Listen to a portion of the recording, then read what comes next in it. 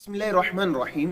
कहते हैं कि खजूर की गुठलियों पर तस्बीह पढ़ना, तस्बीहात की तादाद को शुमार करना क्या दुरुस्त है? इस्लाम में इसका कोई सबूत है या नहीं?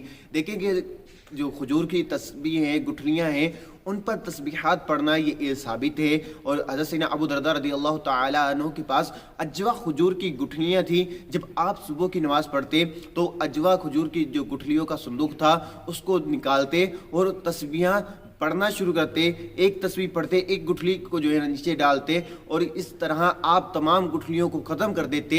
आप जो है ना ये अमल किया करते थे। तो इससे साबित हुआ कि गुठलियों पर तस्बीहात को शुमार करना, पढ़ना ये मुबाह है। इसमें शरअन कोई भी कबाहत नहीं है। जो कहते हैं कि यार इन पर गुठलियों पर तस्बीहात नहीं पढ़नी चाहिए, वो गलत कहते हैं, क्योंकि ये रिवायात से साबित है और सहाबा इकराम दुरान ने भी इस पर अमल किया है। अल्लाह ताला मुझे और आपको सहाबा इकराम के नक्शे कदम पर चलने की तौफीक नसीब फरमाए और हमें इल्म दीन हासिल करने की भी तौफीक नसीब फरमाए। आमीन बिजाहि नबिल आमीन।